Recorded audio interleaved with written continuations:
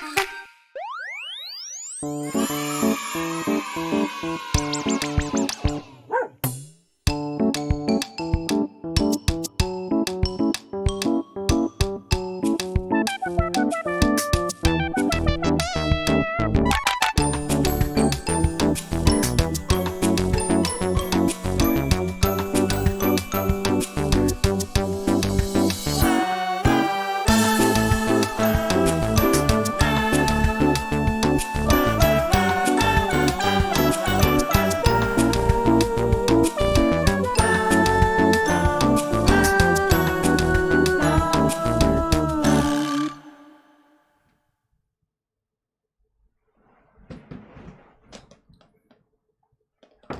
don't know why I'm having dropped frames.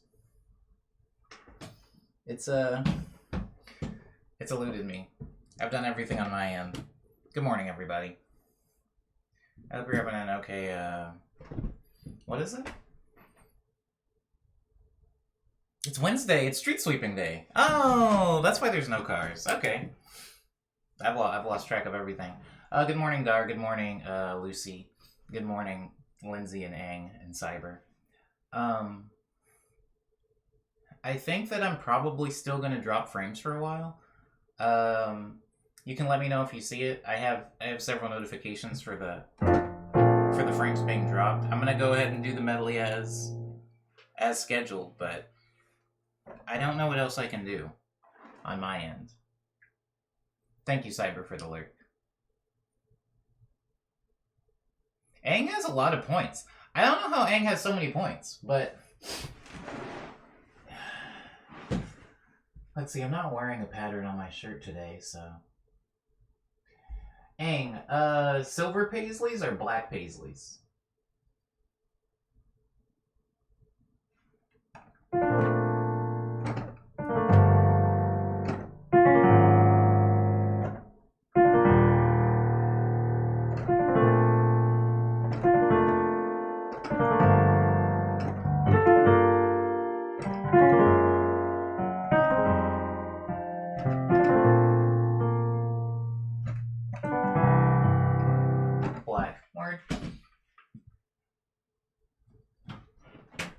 Well, I'll put that back up later.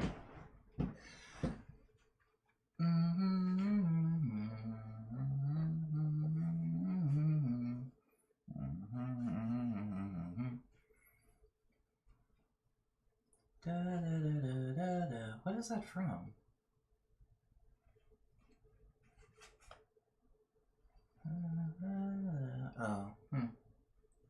Might be from the intro song.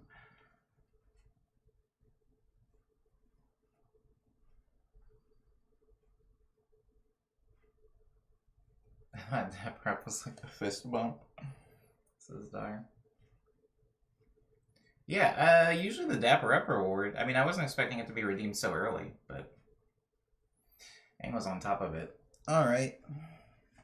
Actually, I have 4 paisley ties. One white, one silver, one black, and one that's like a weird shade of gray. The silver one is like weird because the light bounces off of it strange. I don't know exactly what it's made out of. Silk?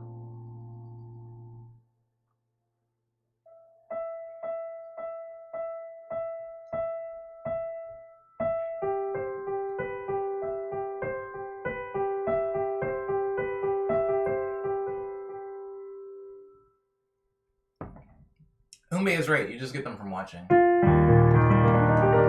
And there's like bonus points for like being active in chat and for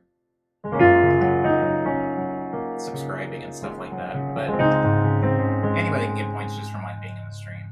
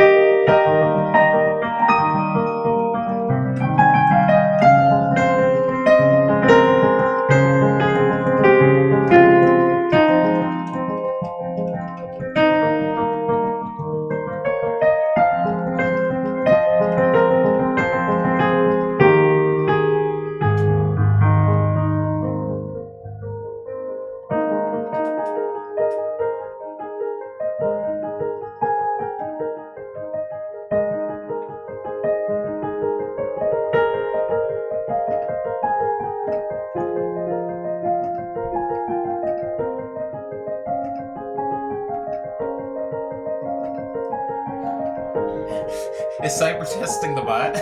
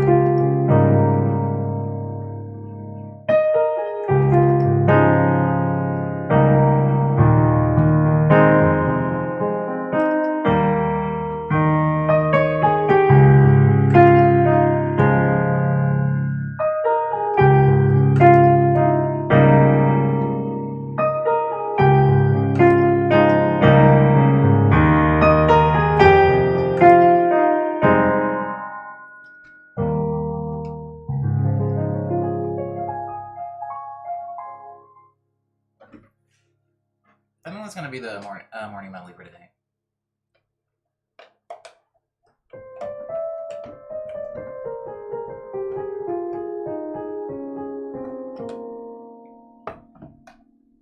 I don't know how much longer my internet is going to allow me to stay here, so I'm gonna move on to the check-in.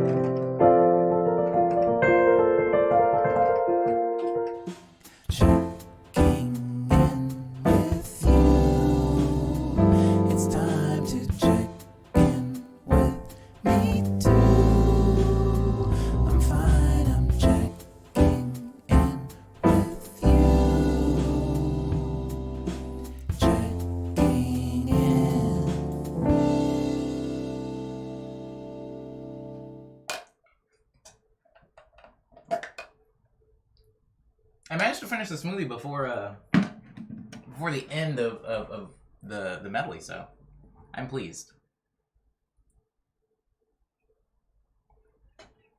Water always tastes so weird after drinking stuff with flavor in it. Okay, so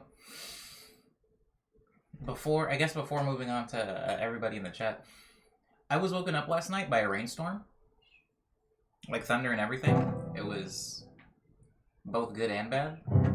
But this morning, we just have a lot of those like fluffy, like the pretty fluffy clouds, the kind that aren't so menacing and dark and daunting with rain in them, and lots of blue skies, so it's really nice here. It's also super brisk. It's like high 60s. It's like low 60s, but the sun's out, so it's like a nice low 60. And I've got work to do today. And that's that. Now moving on to the chat. Wirt, how you been? How's your week going so far?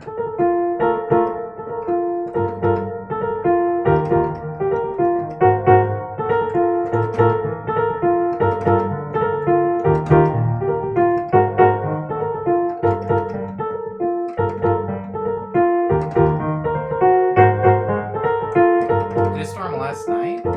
This morning for you? Yes. It was last night and this morning. I mean, I guess the storm was like 2 a.m.-ish to 3 a.m. And then it just kind of rained on and off until maybe 5-ish when I was moving around outside. It was done by then. That's good to hear though, Wirt.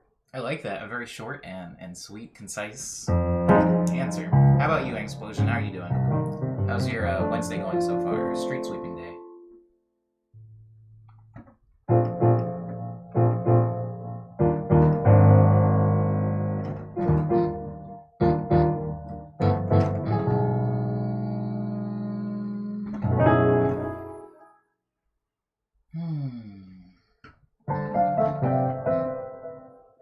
Also, thank you, Lindsay, for the vanilla to catching up. I don't remember going from vanilla into catching up, but that sounds like something I would have done. Love rain, but I think I've had enough for the year. Wow, so early, so soon. Whoa, what the heck? Stupid cat.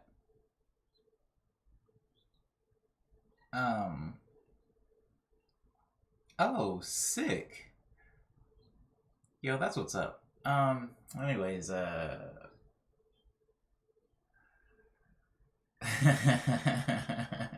sorry. Anyways, just rain and snow for 2 months straight. That sounds unbearable, Umbe. I think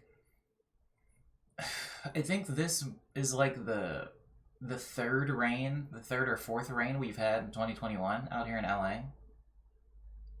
I could be wrong, but third or fourth rain. It's hard when it happens overnight, right? It's hard when it happens when the sun isn't out because most people will miss the entire storm.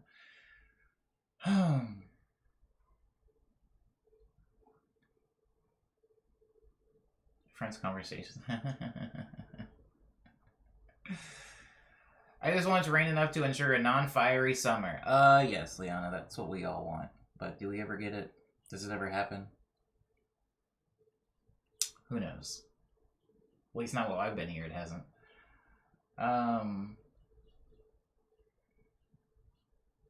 Does rain inform your drought season? It kind of does. Yeah, it's kind of... What is happening?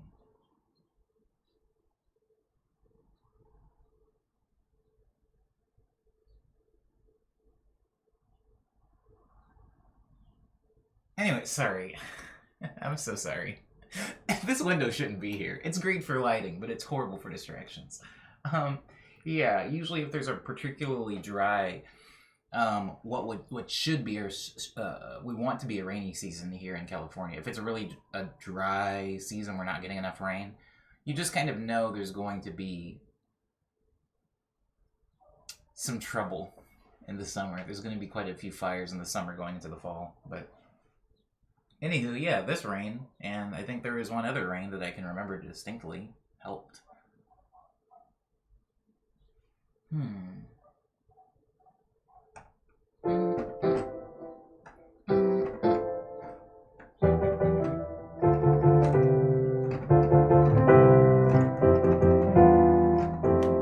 Chords suck. Okay, who else?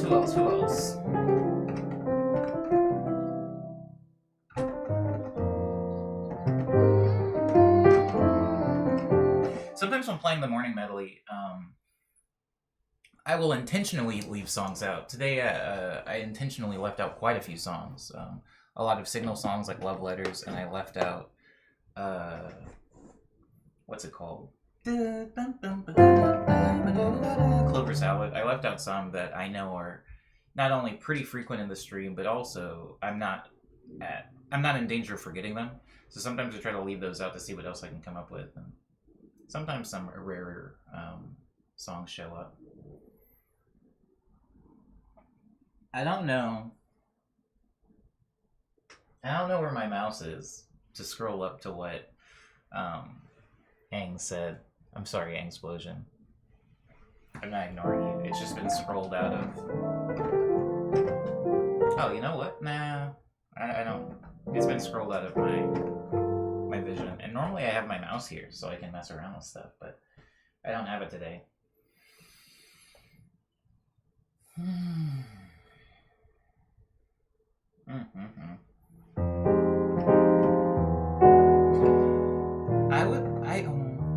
I had a conversation late last night with a friend. Ooh. I like that chord.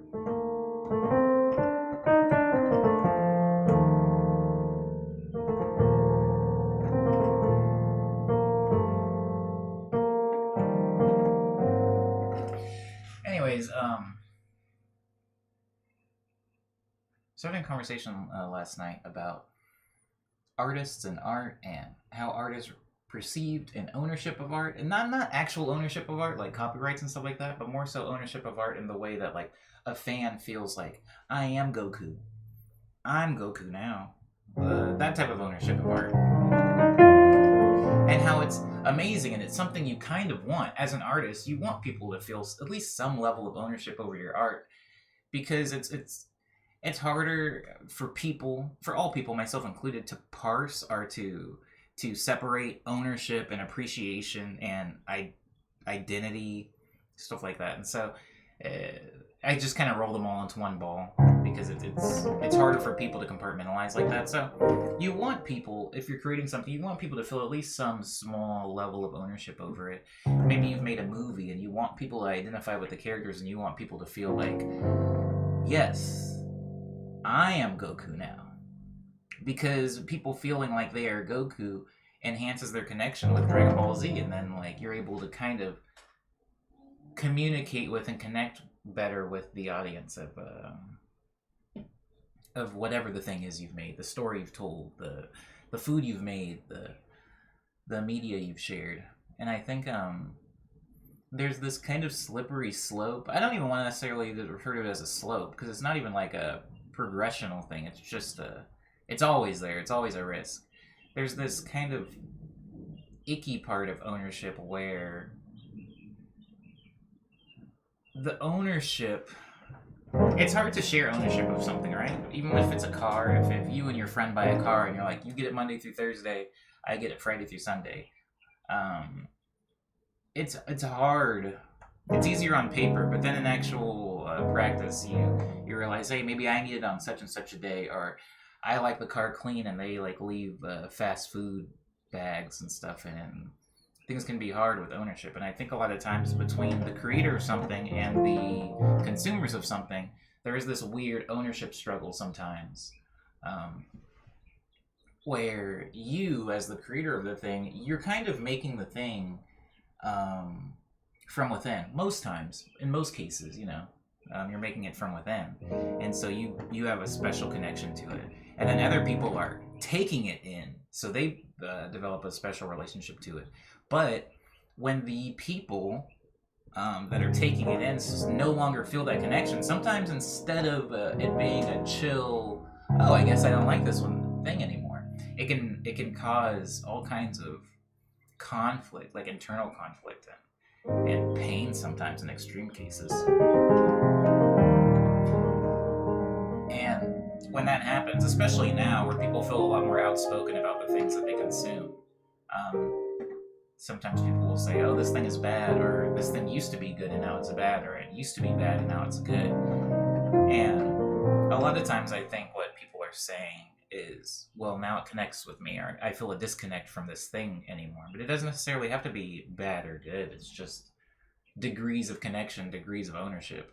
And I think people take stuff like that seriously once they feel that ownership. For example,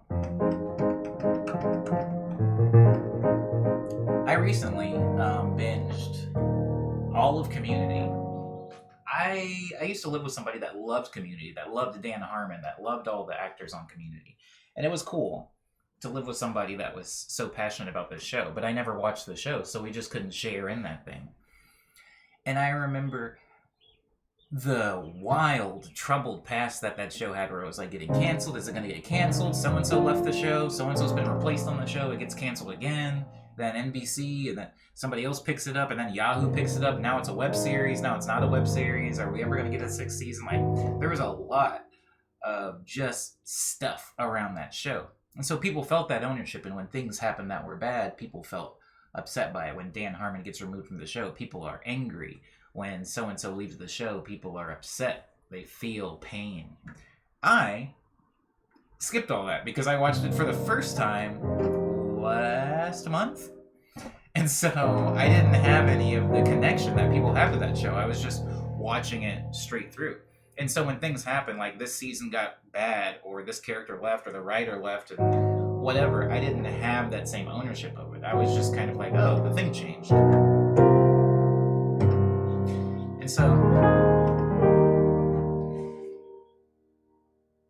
And so the ownership that people feel over things that they didn't make, things that they're just trying to connect with, is really important to me.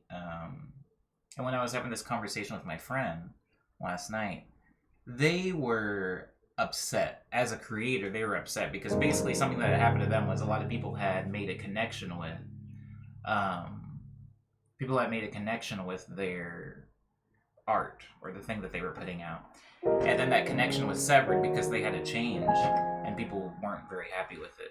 And as the person that's creating the thing, that can be hard to stomach. Even though I think all creators to some degree are making art for themselves more, well, I don't want to say more or less, but making art for themselves along with making it for other people. I think that there is this weirdness when other people outside of you, you're the creator and you live in your own world, and when other people that aren't you experience dismay, to put it vaguely and lightly, when they experience dismay and they tell you this thing is bad, I think a lot of times when people have said that to me, especially in like the last 5 or so years, I've had like an internal like translator that when somebody's like, oh, this thing sucks, or like, I don't like this song as much, maybe this is a defense mechanism or whatever, but it is like a translator where I just hear like, oh, they don't connect with that thing anymore, which is completely fine. And those two things are not the same. Saying something is bad and saying that you don't connect with something are very different. We talked about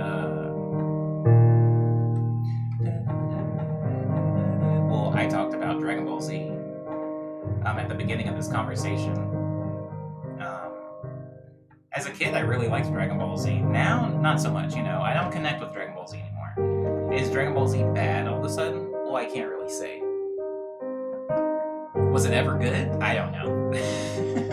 All I can say is at one point in my life, I very much connected with those characters in that story, and that time has passed. And I don't necessarily feel the need to share negative feedback on that show. I just feel like maybe I've changed, and maybe the show also changed too. But either way, I'm just not experiencing that connection with it. And seeing other people, thank you, Cyber, seeing other people connect with something, especially something I don't like, makes me feel good. A very, very good example of this can sometimes be when it's your friend, you know?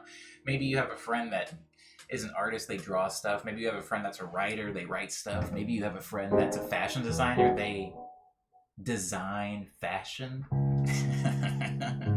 And you look at the shirt that they made and you yourself go, I would never wear that thing. I'm not connecting with that. What you might say is, that's hideous, or you're not very good at making shirts, my friend. But I think what you're really expressing is, I don't connect with that. I would not want to put that on my body and go outside into the world. But sometimes it makes me feel really good to see that there is support for the things that I don't particularly like.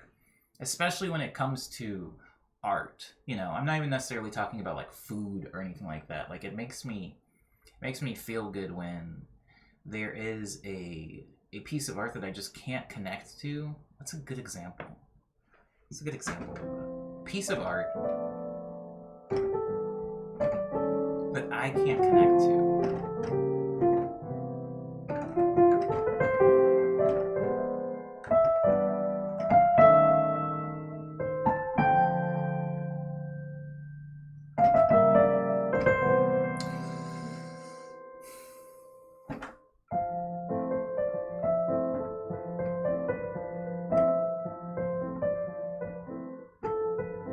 Chicago style pizza. Chicago deep dish, like the real, like the like chonky one. It's just a lot. I love that people love that pizza. I would actually, as somebody that doesn't care for that type of pizza, I would be saddened if everybody shared my opinion on that pizza and then it just wasn't able to survive or continue being sold and eaten. It would make me kind of bummed out. I don't like sushi, but I'm glad people do. In America specifically, not necessarily in Japan, whatever. But like, I'm glad people like it out here because it has allowed that industry to kind of flourish. But I just can't eat it. Like, I'll throw up. So, you mean lasagna? It's not pizza. Yeah, it's rough.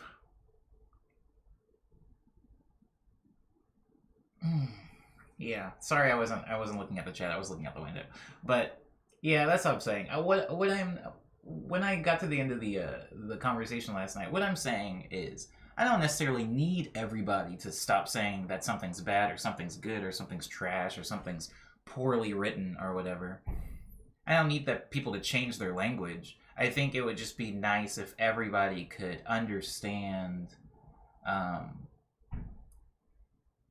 what is really being expressed, even if the person saying it doesn't necessarily know. We looked at Three Ninjas. We looked at two Three Ninjas.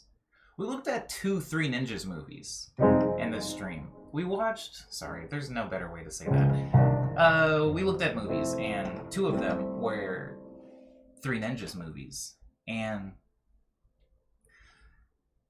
there's so much to be said about those movies, good and bad. And confusing. But at the end of the day, for whatever reason, those movies connect with me. And I don't think they connect with me because they're expertly written, or because they're well acted, or because the wardrobe or set design or stunts or music was that good. They just connect with me. And I think that I could dig through my whole body and my psyche and my history and my personality and discover the, text, black and white reasons why Three Ninjas connects with me. But instead, I'm just going to say I watched it and I enjoyed myself. Does that mean it's a good movie? I don't know. I've actively called it a bad movie, actually, in the stream before. But I don't know. It connects with me. Never had Chicago-style pizza, but it's... Oh, really, Lindsay? Oh, that's fair. I say try it once. Anybody, I think it's important to try. It's not like there's anything about it that's gross. It's mostly portions and shape and portability about it. Because, like, arguably a lot of the same things that are in Chicago deep dish pizza are also in Detroit style pizza, which I love. But, anyways, Brief Moral says if you get it from exactly the right place, it's not bad. But in my opinion, it doesn't beat New York style. They aren't great movies, but I like them, says Brief Mortal, talking about the Three Ninjas movies. Yeah, it's very topping heavy. I think that is a good point, Brief Moral. What I'm about to say could be wrong and could be opinionated or informed by my own life experiences, but I feel like Chicago-style pizza, even as somebody that doesn't like it, I think that Chicago-style pizza has way more margin, a way bigger margin of error than New York style pizza does. I can go get New York style pizza from a place, down the street, or I could go to like downtown LA and get one from like one of the chains that's actually from New York City. It's gonna be good. It's kind of hard, pardon me, it's kind of hard to screw up New York style pizza. You can have an adequate New York style pizza and it's still okay. Chicago style pizza, in my experience and opinion, you can't just get it from anywhere. I don't know. You can, in my opinion, you can't just get it from anywhere. The margin of it being like horrible is so much larger than the margin of ruining a New York style pizza. I didn't even know Detroit style pizza was a thing until you mentioned it, says Lindsay. Oh, that's funny. Yeah, it's a thing. I think it just gets like overshadowed by obviously Chicago and New York. I mean, California style pizza is a thing also, but I don't know how to end that. I don't know how to end that statement. It is a thing. I had it 3 days ago. I eat California style pizza every now and then, but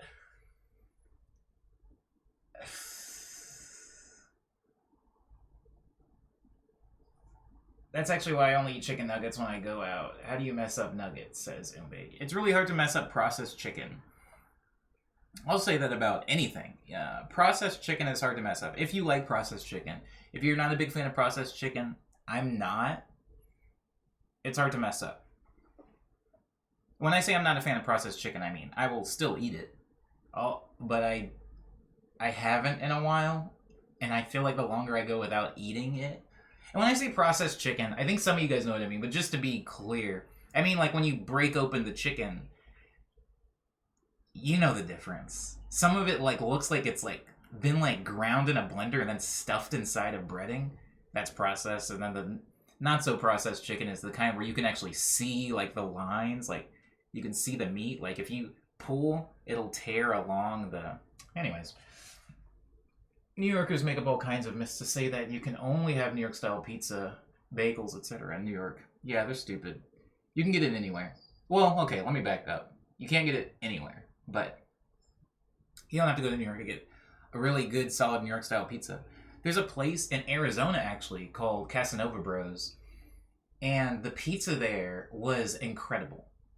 And it didn't taste like any other pizza in Arizona, and I was always so confused. Like, I was like, what does this taste? What is this flavor? And then when I went to New York for the first time in 2013? I don't know. Anyways, when I went to New York for the first time, I had New York style pizza, and I was like, oh my god, this tastes like Casanova Bros. And there is something. There's definitely something about New York pizza that is... It's not even like... It's not a physical thing. It's not like form or it being thin or it being large or whatever. It is a taste. There is a taste, but you can get it outside of New York for sure. There's also a place here called Pizzanista that does New York style pizza, and it tastes like New York pizza. There's also a place here called Joe's, which is technically from New York, so I guess that doesn't count. Anyways, wood fire oven, says Liana. Yeah, wood fire oven is decent. There's a place called 800 Degrees here that does that, and it's pretty good. It's solid. If you ask me, it can only be done right in New York, baby, says Zumbe. It's only places with good water. The water used in the bread, that's why it tastes good. Word. That confuses me, but that confuses me because the water in New York City is, like, not good to me. To me, personally. I don't like the water in New York City compared to some other places, but the pizza does taste different there. You can also get really good New York style pizza in California, and Texas, actually, and Chicago. I don't know about the rest of Illinois. I haven't really traveled outside Chicago. And Michigan, actually. Anyways, wood fire oven is definitely a big part of it, says Brief Moral. We just got a place called Moots that does a good job. Wood fire oven and New York style pizza and by degree California style pizza is, and what's the place? It's the island, Sicilian style. No, not Sicilian. Neapolitan? Napoli? Napoli? Well, anyways, the pizza from Napoli. Point is, that I'm saying is brick oven pizza is good and all, and it's great. But I don't love burnt crust. If I get my pizza and it's like blackened on the crust, I'm upset. And that is a pretty common thing with brick oven, and at least in my experience with brick pizza oven. And I'm not saying that it's bad. I understand people like that, but the taste, when I bite into a piece of bread that is black and crunchy, it doesn't taste good to me. It just doesn't taste good to me. I know some people like that, but I don't like it. And so a lot of like New York style places and brick oven places that do that, it's, you know, I don't go to them. I do not go there. How would you know if New York does it right if you only eat chicken nuggets when you go, says Lindsay. The burn part's the right place to get all the flour dust instead of actually burning the crust. Oh, the right place is just get all the flour dust. I don't mind the flour dust. I actually kind of like that for whatever reason. But yeah, screw burning the crust. I'm not a fan. Not a fan of that. Crunchy bread, blah. Give me that gloop. Ooh. Barely cooked, baby. Ooh. Okay. I mean, yeah, actually. I mean, I like a little bit of... Well, we're talking about pizza too much. This is check-in. But, I mean, I do like a little bit of crunch sometimes. I get it. It's fine. But I would much rather have the needle pointed more towards gloop and doughy. Like, I love pillowy crust. Like, I love a crust that I can, like, squeeze. It's malleable. It's chewy. Chewy probably isn't the best term because people use that word to refer to bubblegum, and I don't want pizza crust that has the same consistency as bubblegum, but I like soft bread. I'm always a big soft bread fan. Like, I don't like rustic loaves. I know like 365 and Whole Foods and Erewhon are always selling those like loaves of bread, and they're really expensive, and you could knock someone out with it. I don't like hard bread. I don't get it. I feel like with science and stuff, we've developed past hard bread. Like, hard bread was for freaking, like, the Greeks and people that were just starting to, like, make, like, leavened bread and stuff like that. Like, great, good for them, but we've gotten past that. I don't want hard bread. I don't want things scraping the roof of my mouth. I want soft bread. So, yeah, I prefer pizza that's soft bread, and that's one of the main reasons I really like Detroit-style pizza. Detroit-style pizza's got that soft bread. Ooh. Crispy, but soft. Like a little crispy edge, but marvelous. There's a really cool Detroit-style pizza place called Jet's Pizza that is in Detroit. I don't know why I'm recommending this. Most of you guys don't live in Detroit. Anyways, hard breads are for sopping up. I could agree with that, Wordle. I would agree with that.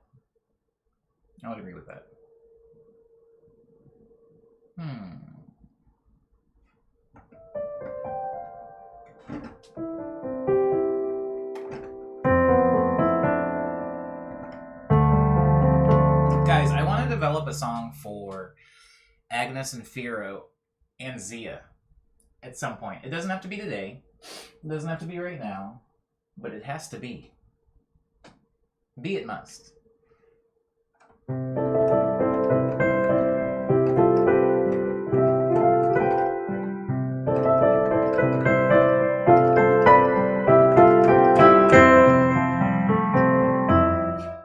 Of chicken nuggets tenders to any degree, says Umbe, it's not even disappointment, just surprised at how the business is still open. Yeah, I've had some bad chicken tenders for sure. Chicken tenders and fries I never go for anymore. That used to be like my main thing. I need bread. Like, I need bread so bad now. I think I'm probably going to develop some type of disease. I feel like there's a disease for people who eat too much bread. But it's like, I need a biscuit, or I need a bun to make a sandwich out of the thing, or I need mad tortillas, or I love bread. And sometimes fries can be enough, but usually not. Usually not. There are so many options before Jets, but they do an okay job, says Brief Moral. Word up, word up. I wasn't saying it's like the best pizza place in Detroit. Nor am I somebody that lives in Detroit and can give like a huge exhaustive list of like 20 different Detroit-style pizza places. I just personally like Jets. And then, you know what I also, I don't want to get clowned, but I also really liked the pizza that they served at the Majestic. And I know that's not a pizza place. It's like a venue / bowling alley or whatever. But the pizza there, maybe I was just starving, or maybe tour was hard and I was in a good mood that day or something. But that pizza was very good. Did you have buddies? I did not have buddies. I was only there for 3 days and I ate pizza 5 times. And I was trying to like, because I love Detroit style pizza. So what's homie's name?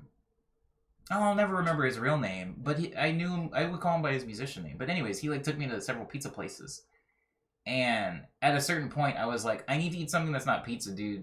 Like, I gotta eat something that's not pizza. And then I ate a calzone. That was when I ate the calzone from the Majestic. I was like, I need to eat something that's not pizza, and he was like, they got calzones, and I got a calzone from the Majestic, and I was like, okay, for real though, I need to like eat anything else. And I think I ate a hot dog from this really cool place that wasn't that far from the Majestic. It was like between the Majestic and the like the big arena or stadium, the like Little Caesars Stadium. I went. Anyways, this is stupid. I ate a lot of food, but I'll go back to Detroit at some point, and then I'll get buddies, as you say. I hope you get to go to Ann Arbor one day. Really artsy part of Michigan. I hope I get to go there as well. You got a Coney? I did, but I can't remember what the name of the place was. If I had a map in front of me right now, I promise you I would be able to pull up the name of the place that I had. I don't want... No, I'm not going to do it. I'm putting down my phone. Just remind me to come up with it, or remember to remind you guys wherever I went tomorrow. I can't remember. I can't remember. It doesn't matter how many names you say. I'll never remember. I have to look it up. There are tons of Conies in that stretch. Crap, really? You know where the Whole Foods is? It was like across the street from the Whole Foods and like 2 doors down. It was so close to the stadium. It was like right there. And they were open mad late. It was so delicious. Uh-oh. Whenever I see the gas company come up, I always assume they're about to turn my gas off. But I realize that's not all they do. They do other things, I think. Detroit one. Okay, so yes, I went to Detroit one. I went to the Detroit one.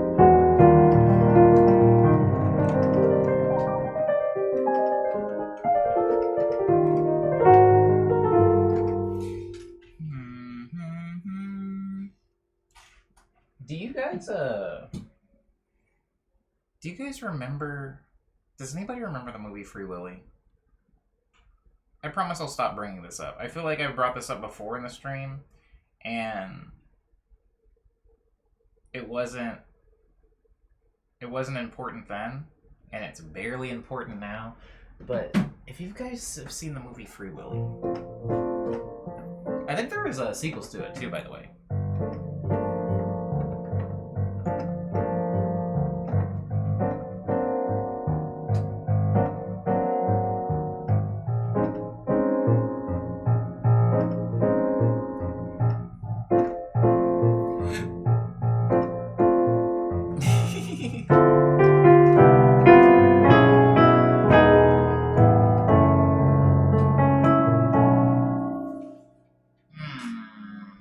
What's up, Cos? Good morning to you.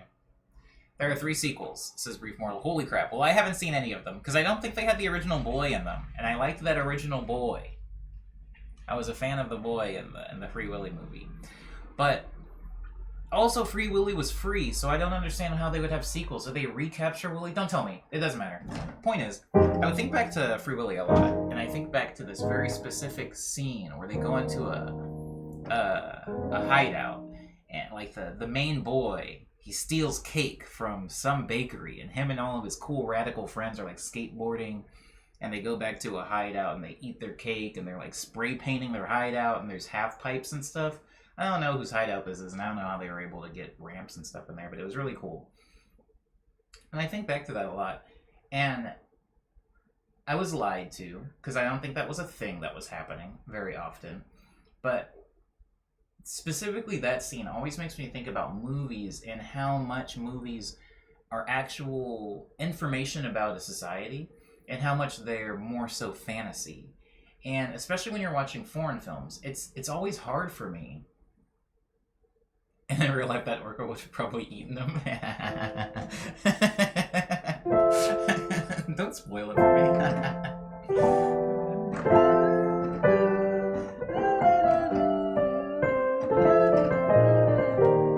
So in the movies, it always makes me think of that. And let me know if I'm not explaining myself correctly or well enough for you guys to understand what I'm saying. But do you ever look at a movie, especially a foreign movie, or just think of a movie that takes place in a place you're not in, and that place can be a place in time, like you're looking at a movie that was made in the 80s, or that could be a geographical place, like maybe you're looking at a foreign film, you're looking at like a Filipino like love story, or you're looking at like a German comedy or something like that. You ever look at a movie and you think to yourself, am I being informed on what society was then, or am I being informed on what culture is there? Or is this just fantasy?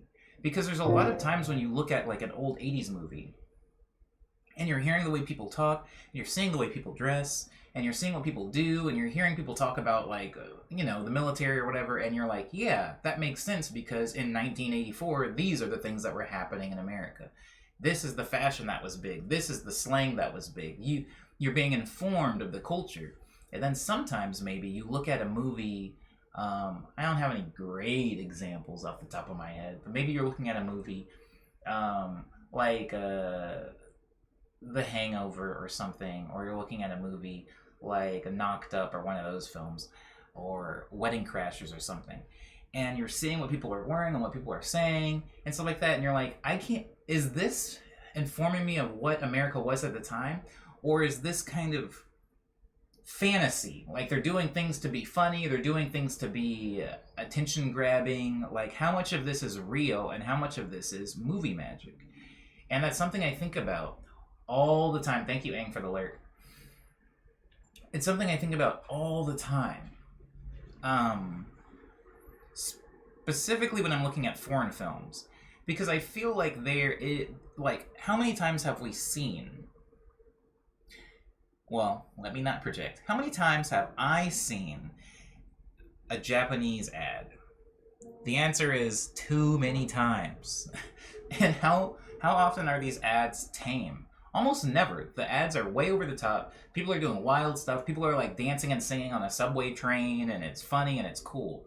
But then when you think about actual Japan and you think about the subway trains and you ride them, no one's really talking. If you even said hi to somebody else in the subway train and tried to have a conversation, you would be like very weird. Like you would stick out like a sore thumb. It might even be considered rude. Like you wouldn't want to do something like that. But in these ads, people are wearing like crazy wigs and like really, really fancy outfits, and they're doing funny, like goofy, zany things. And it's like these ads are not informed by society, or at least not informing me of what that society could be at all. They're all fantasy. It's all a joke. It's all a game. But I think there are some completely different ads, both from America and other countries, where you look at it and it's like, yeah, that's kind of how we act, or that's how we behave, or yeah, that seems socially acceptable, whether or not it's right or wrong, or good or bad. It's like, yeah, the things that took place in this ad would be socially acceptable if they happened in real life in America. Or the things that happened in this episode of New Girl, or this episode of Friends, or this episode of Seinfeld, or this episode of whatever. It's like, yeah, that could happen in real life. It might not, but if it did, nobody would really raise an eyebrow and go like, whoa, did I pass into a parallel reality where up is down and down is up? Nobody's going to be that thrown off. And I think about this all the time, guys. I think about it constantly. How much of media is informed by culture and society, and how much of it is fantasy? Because I look at a lot of movies and I look at a lot of TV shows, and a lot of these movies and TV shows tend to be set in places where I don't live. You know, I mean, I brought up New Girl just a while ago, and New Girl does this really weird thing where it's set in LA, but it's set in like this really weird fantasy version of LA where you can get from your apartment to LAX in 20 minutes, and where no one has to pay for street parking, I guess. And it's like a fantasy version of LA. So a lot of the stuff that they do about LA in the show isn't real, and I wouldn't recommend anybody watch that show and try to form an opinion of what LA is. Similarly to Friends with New York City, you know, it's not a real version of New York City. It's this weird fantasy version of New York City that they live in.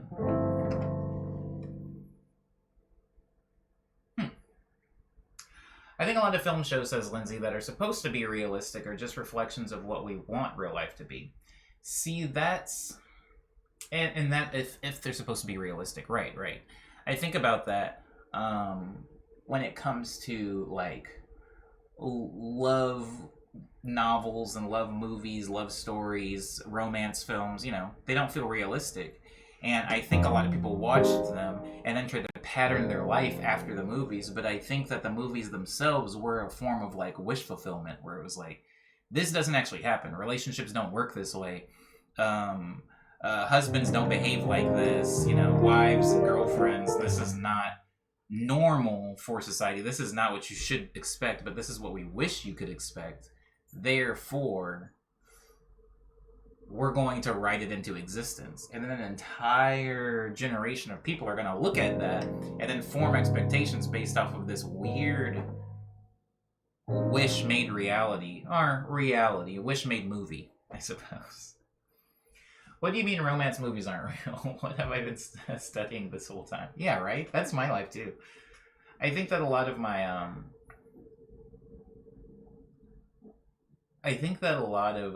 my life in movies, particularly if we're talking about romance, was informed by, you know, the like main character syndrome, probably.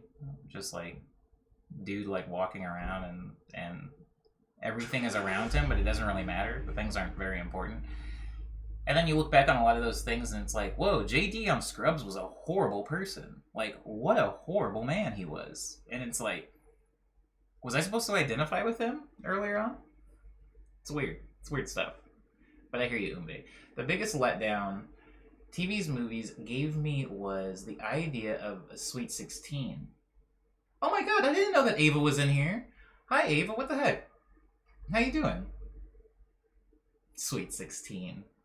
Okay, not only did I not get a car, says Ava, or some insane present, I didn't even have a party. I assumed my family would plan one plan some surprise, so I didn't make plans myself like usual and spent the whole day alone. Don't trust TV kids. Jesus, yeah, that's horrible. This is fun. This would be a redeemable question, but maybe I'll put it in my back pocket until everybody has forgotten this conversation. I'll bring it back, like, if somebody redeems the question in like episode, I don't know, 390 something, I'll bring it back. But yeah, there are a lot of things from movies and shows and books that I was led to expect from life, and life didn't give me those things. And without going into any of those things very specifically, I think a lot of it was just leveling up, you know? You graduate high school, therefore your life is going to be like this because movies depict it to be like this. You enroll in college, and now you're a college person, so your life is going to be like a college sitcom or a college movie. Or you are now 21, you're the drinking age, time to go to bars, and like, this is what bars are like. And it's like, no, that wasn't true either. You know, all kinds of stuff like that. Or like, now you have, now you're dating someone, this is what your life will be like. Now, you know, yeah. I think mine are all just like level up things. Like, I am now old enough, smart enough, skilled enough, tall enough, strong enough to do blank. It should change my whole life, and it never does.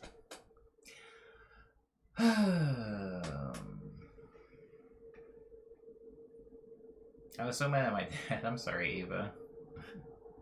I did get a surprise party for college graduation, so I took that. Oh, that's pretty cool. I've never had a surprise party. Where it says there was a commercial during the Super Bowl, I think, with like a fan Q&A with Elijah Wood about Lord of the Rings, and like, very clearly not an actual event that would happen. Like with the idea of Zoom calls at least communicated. You know, I know this like kind of doesn't have anything to do with what you just said, but I love Elijah Wood. I for some reason seeing that man on screen makes my face light up. I want a TV show with roommates in their 20s who have conflicts over food storage in the house. That's realism, baby, says Lindsay. I would like, and I think everybody wants this, you know. I wish you guys knew who Shion Sono was, because I want to have a brief conversation about Shion Sono. But I think that it's maybe niche enough where a lot of people here don't know Shion Sono, the director. People definitely reflect, says Umbe, in themselves what they see in media, though. Very interesting to see people mimic faulty and imbalanced relationships. Isn't that cool? I mean, it's not cool, but it's very cool from like a perspective point. Like if you're spectator point, sorry. It's very cool from a spectator point to see thing A have a very real and observable effect on thing B in real life settings. That stuff's wild. I have a weird personal connection with Elijah Wood, says Word. Oh? This has come for the modern era, says Brief Mortal.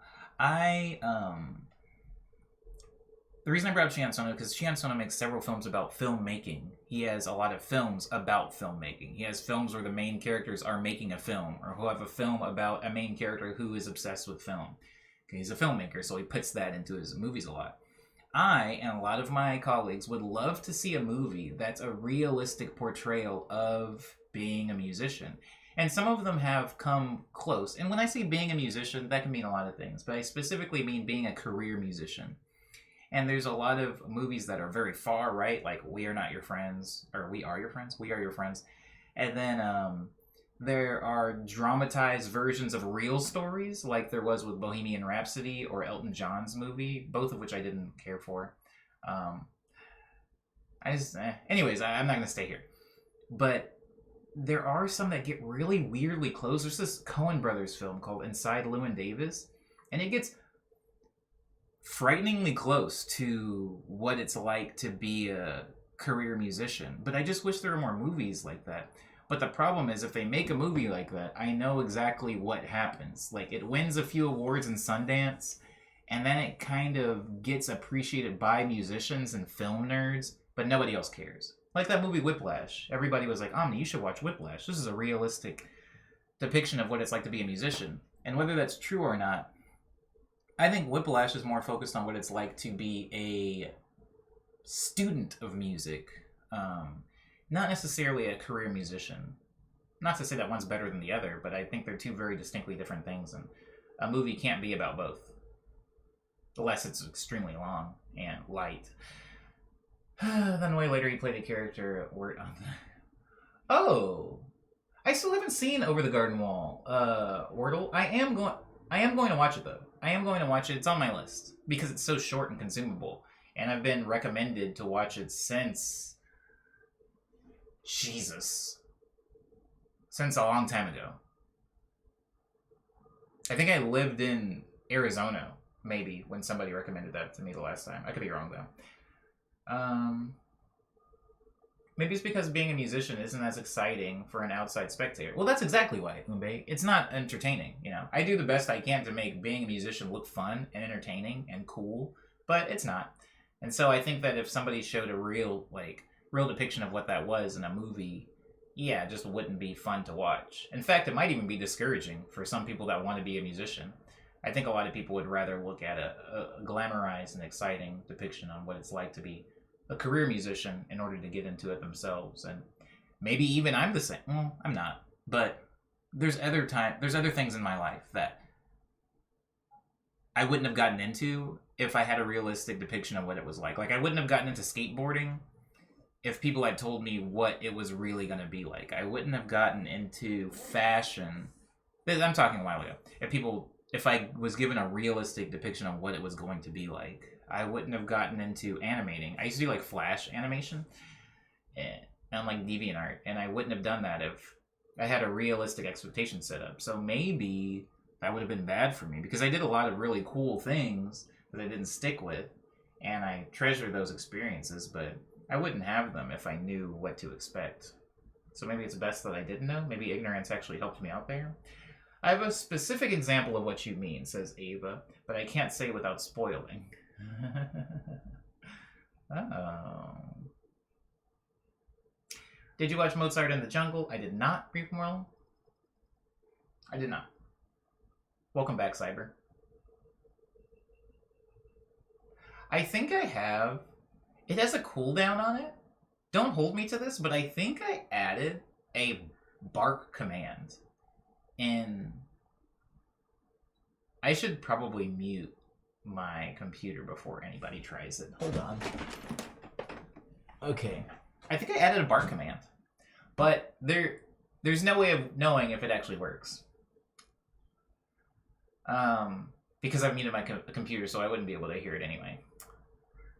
I also think it might cost tokens, so... And it has a cooldown, so... Maybe don't try it. Maybe don't try it. Lindsay's already tried it. Yeah, I think it doesn't work. Anyways... I'm reading the chat logs and it's wild. I have no idea what happened here. I don't know what happened here either. Mozart in the Jungle is based on Blair Tyndall's memoir, working for the New York Philharmonic. It's not a movie, though. Whoa. That actually sounds way cooler when you explained what it was about. I was not at all into it from the title, but maybe that might be something I'd actually be into.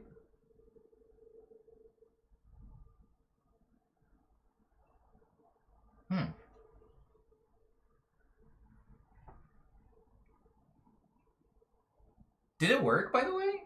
I have no way of knowing. I would have to be told by you guys. Did it work? Did the bark work? There's a bark somewhere in my chatbot sounds, and last night I got it to work, and then it just stopped working randomly. So I have to like troubleshoot that. Thanks, Liana. Thank you. I'm wearing a thermal under this. Little peek behind the veil. I'm wearing thermals. I'm wearing a thermal underneath this button up, and I'm wearing long johns. And I feel like solid gold. Layers, especially leg layers, make me feel very, very strong. Makes me feel like a tree trunk. Oh, also it helps my posture. That's where that was going. Liana, thank you. No one redeemed plant time today. Yeah. It's been significantly clean and clear. Except for the overcast.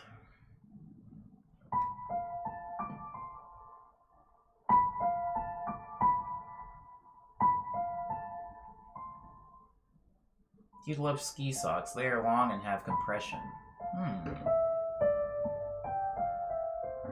Ski socks, huh?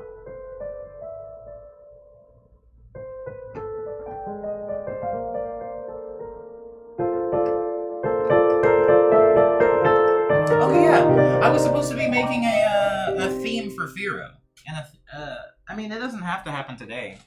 Who redeemed this? Who did this? Was it Firo? Was it Firo? Was it Wirt? It's Wirt. Thanks, Wirt. Leg layers do make you feel like a tank. I feel good. I feel good. I feel good. Yeah, I need to develop a theme for Firo at some point. I'm so confused.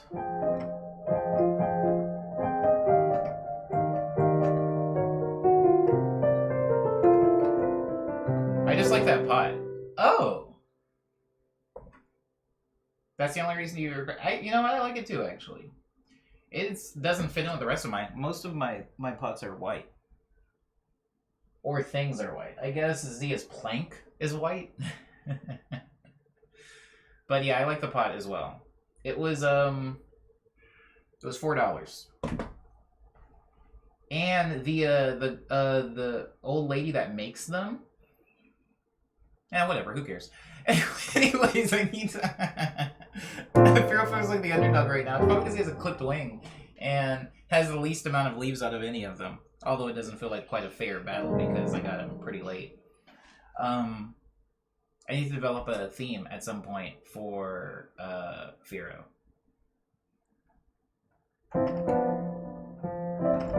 And I've been studying Booba's theme, right? I've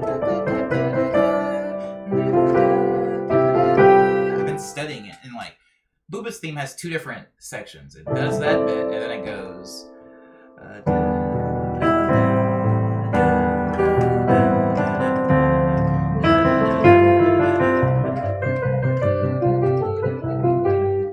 And so I'm trying to think of a Firo theme that only has two sections, so I can keep things like symmetrical throughout. One day, Leona. One day, let's hope. And I also don't want it to be mostly on the white keys because Booba's theme is on the white keys.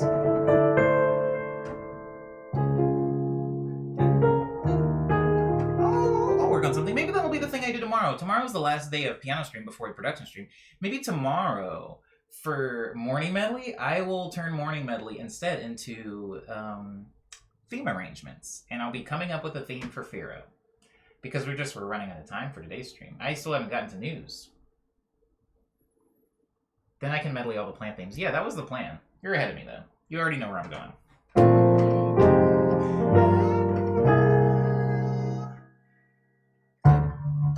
Oh wait.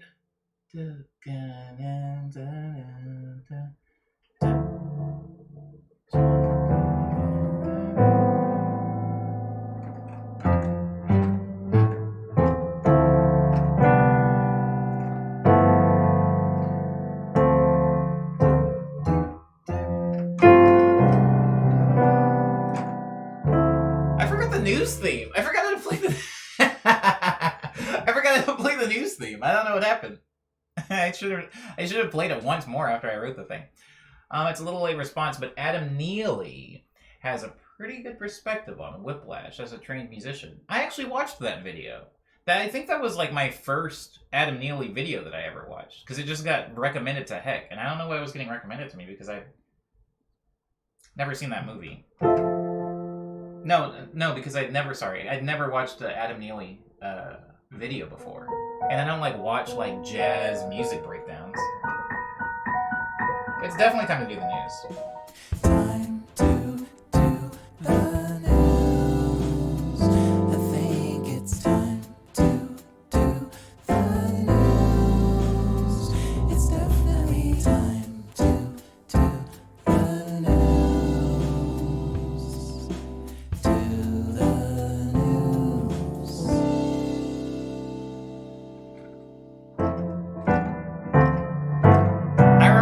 I remember the chords as it was playing.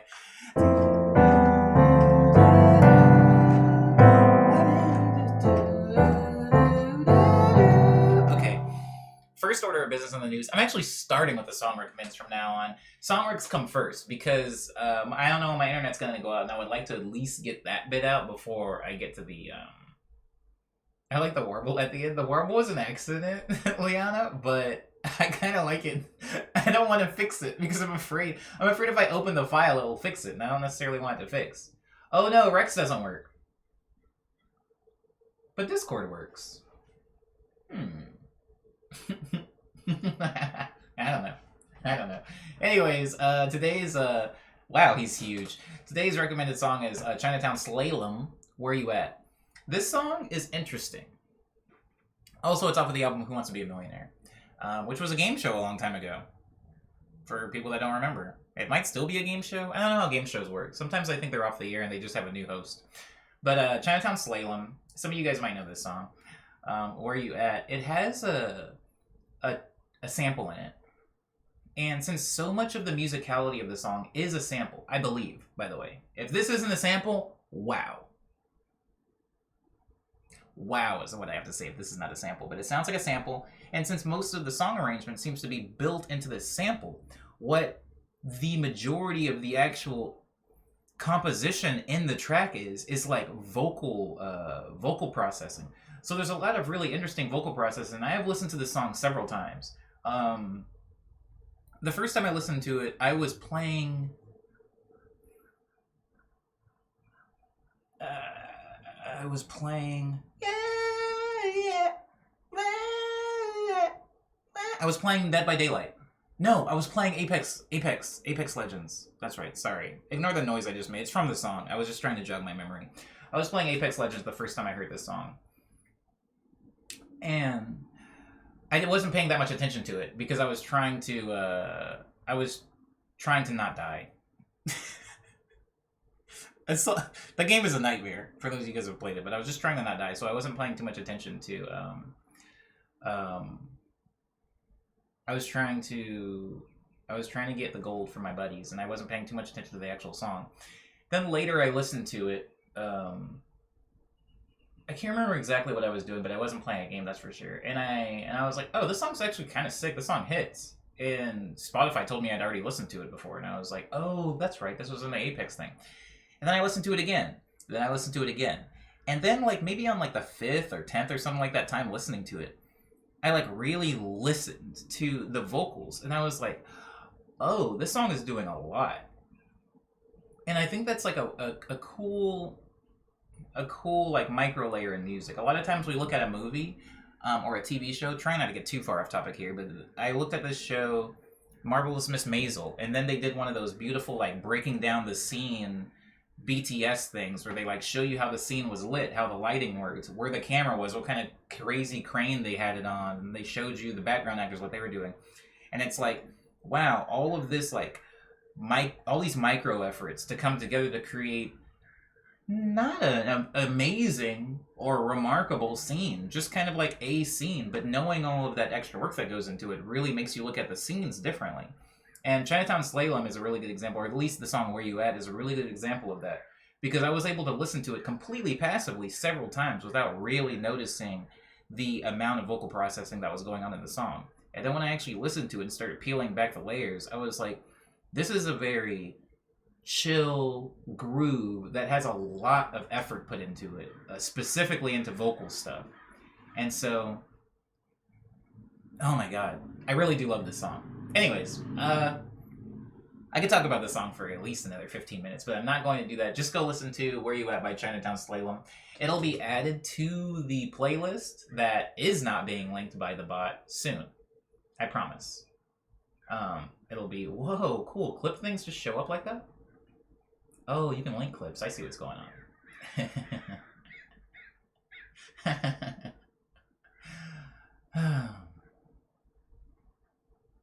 Anyways, I'm going to add it to the playlist right after this stream ends, but we are done with that part of the song recommendations. What else do we have for news? All my music is out on Bandcamp, Spotify, SoundCloud, iTunes.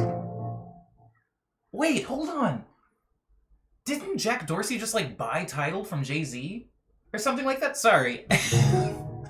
Wait, like, my brain did a weird thing. Is Tidal dead? Or is it going to die soon? Because I've kind of fallen in love with this thing that I have going, and I feel like if I take one word out, the whole thing's gonna fall apart.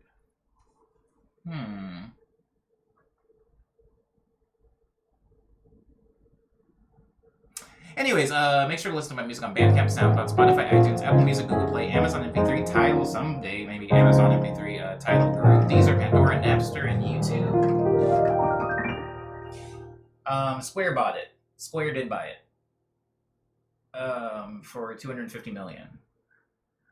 Tidal is used by who, says Umbe? I don't know, but my music's on it.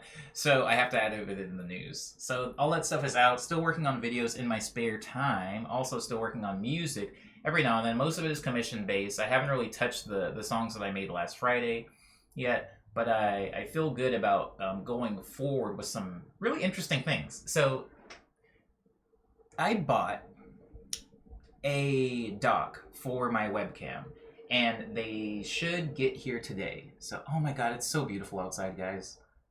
I'm getting out of the house today.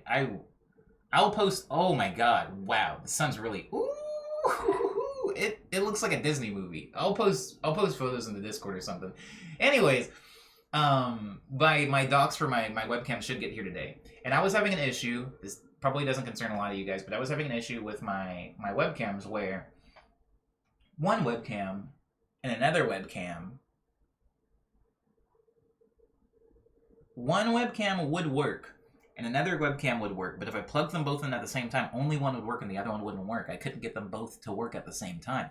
And I realized the reason why I couldn't get them both to work at the same time is because I was plugging them into the same USB hub. And if you have them plugged into the same USB hub, which is only plugged into one port, it's sharing the bandwidth of that one port. So I could plug several different cameras into several different ports, but I can't use my USB hub with several different cameras. So instead, I had to take everything out of my USB port and everything out of the USB...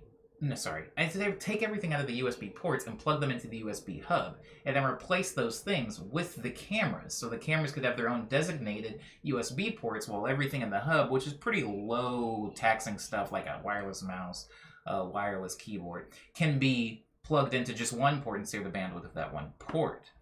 The problem that this made was a lot of wires. So I was up later than I would have liked to have been last night, dealing with a mass of wires. It's just a lot, guys. It's just a lot. My studio space is a lot. My bedroom has 2 outlets. And I feel like anytime... Here's the thing. My bedroom has 2 outlets. My laptop has 2 USB ports. And my desktop has actually quite a bit of USB ports. But there's not a lot to go around. And so I feel like every port in my room, whether it's a power outlet or a USB, has a splitter plugged into it to turn that one port into like 4 to 8 ports. And I feel like something's going to catch fire or blow up or overload or die. And I'm trying to do the best I can juggling the things. But anyways, I'm getting the docks for the USB webcams today. And that should make it so that the camera doesn't shake around while I'm playing keys. And I'll also be able to get some maybe better dynamic angles. And hopefully for this Friday, I will be able to add another webcam that is aimed at the keyboards to the left. Because you guys don't really get to see me play those very often because... there's just no webcam over there. And none will reach over there. I only have 2 webcams to work with. One captures, 3 instruments, and the other one captures my face. So the Friday stream hopefully will have some changes before this Friday and going forward. But even hopefully this Friday, you might be able to notice at least 1 to 2 changes on it. Ownbase says they think they make more money on Napster than Tidal. That is very funny. JC joins Square's board. It's probably going to stay around, says Breathe More. Oh, okay. 300 million is a lot of monies. They may have the money to come to Spotify now. Interesting. I would like to say that I believe it was that requested Firo Time. Thank you for requesting Firo Time. I feel like people love Booba, myself included. Agnes, this is the first stream that Agnes hasn't actually been summoned. And for whatever reason, I feel like Firo gets the least attention out of all of them. So thank you for doing that. I appreciate you. And I think that's going to do it. I'm going to play the morning medley theme to take us out. If anybody has any questions or comments at the very end, feel free to ask them while I'm playing through the last song. Guys, I have a lot of these. I don't know if anybody's clocked it, but this is an Oswald the Lucky Rabbit mug. I think this is like number 20 that I have. I have a lot of these mugs. And he's like, it's like textured. He like pops out a little bit. Like it's not painted on. Like I don't know if you can tell, but it like bubbles out where he is, which is very nice.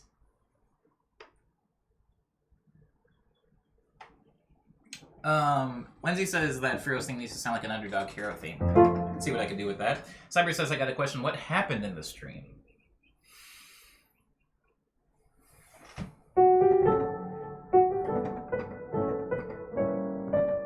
Same thing that happens every stream.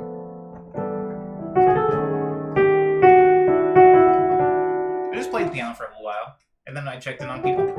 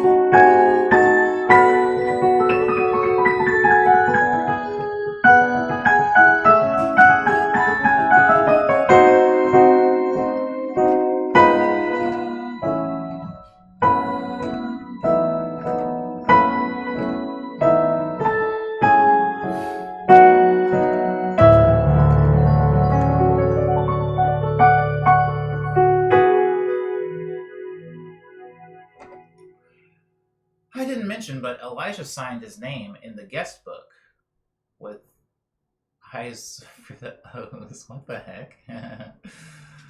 Word's family is wild. If we ever do a call-in segment, Word needs to be on there. His life is weird. Yeah, this call-in segments would definitely have to be, well, I don't know if they would have to be in the Friday streams, but I would feel more comfortable if they were in the Friday streams. On page 39, I have an ebook design, and I'm dead inside. I'm sorry, Ava. I hate ebooks so much. Every time you see one, you know that the designer suffered. Just know that the designer suffered. I will have to keep it in mind. Ebooks. Ebooks. Ebooks, but thank you everybody for being here. Thank you as always for being respectful to me and polite to each other. I will be around working on the stream, getting things prepared for the Friday stream as well, and I will be in the Discord if anybody has any questions or anything. It says, this is mean, but I went overseas for weeks, right? Only in Texas, where the accent's so thick that I couldn't understand people. Yeah.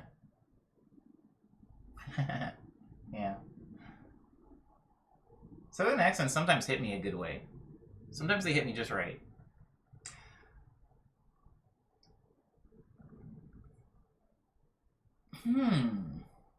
Wait, oh! The link works, baby! Okay.